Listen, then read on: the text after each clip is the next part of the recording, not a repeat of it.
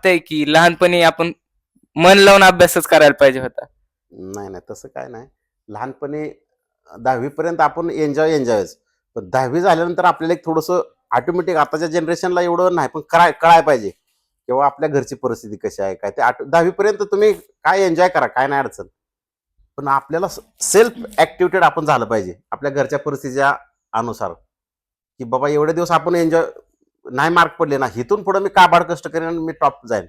हे तुमचं 10वी नंतरचं टार्गेट 100% पाहिजे. तर तुम्ही जीवनात काय तर सक्सेस झाला. 10वी पर्यंत नाही तुम्हाला एवढं कोण विचारत मार्कांना. 8वीला तुम्ही कुठं काय केलं काय नाही विचारत. 10वी पासून पुढे विचारणार.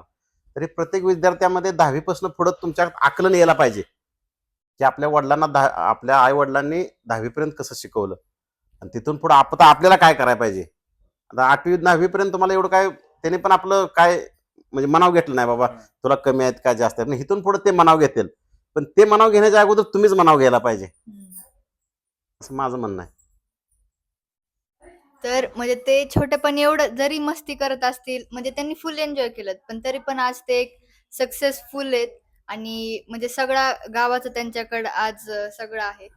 तर मी तुम्हाला म्हणजे एक प्रश्न विचारते, की तुम्ही पहिले इंजिनिअरिंग ह्या फील्डमध्ये होतात. हम्म. तर मग इंजिनिअरिंग ते शेनवडी गावचा सरपंच हा प्रवास कसा होता? म्हणजे फील्डमध्ये चेंज कसं काय आला?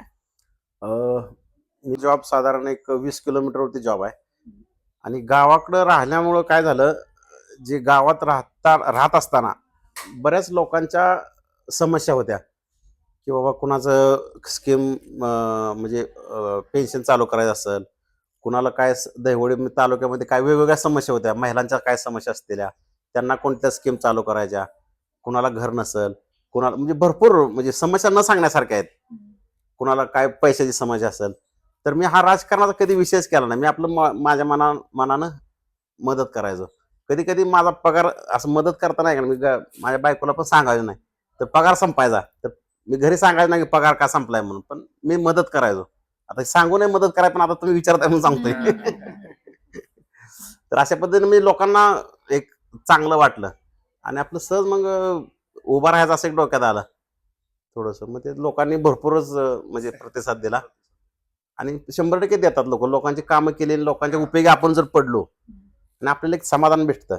म्हणजे आपण काय शेवटी शेवटी कसं आहे, काम आपण आयुष्यभर करतोय, पण आपण लोकांच्यासाठी सोशल लोकांसाठी किती उपयोग आला हा एक शेवटला आपल्या मरतेवेळी एक सत्य आहे. लाईट गेली मरतेवेळी एक तुम्हाला एक लोक विचारणार, कधी विचारणार, स्मशानात विचारणार याला ह्यानं काय केलं.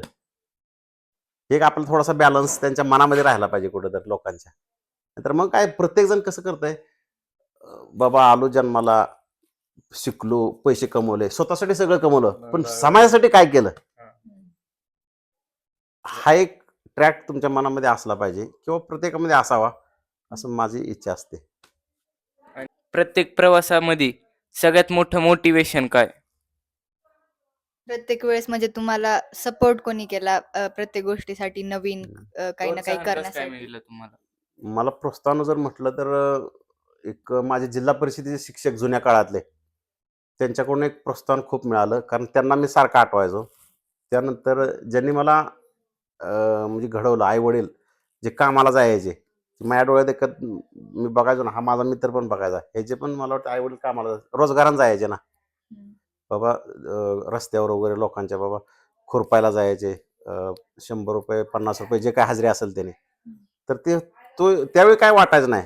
नंतर जसं जसं पुढं ते आठवलं का नाही, ते एक एवढा गायडन्स भेटत गेला की आपले आई वडील काम करतात रोजगाराने, मग आपण काय करायला पाहिजे.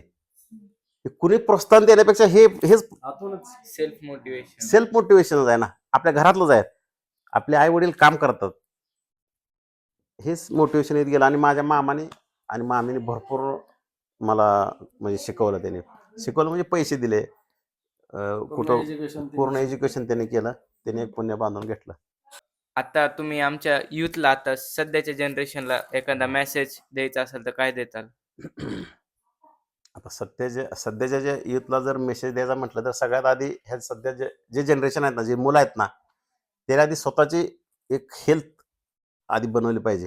कारण हेल्थ असेल तर तुम्ही सगळे ऑटोमॅटिक प्रॉब्लेम सॉर्ट आउट करता. सध्या हेल्थवर काम करणं खूप गरजेचं आहे.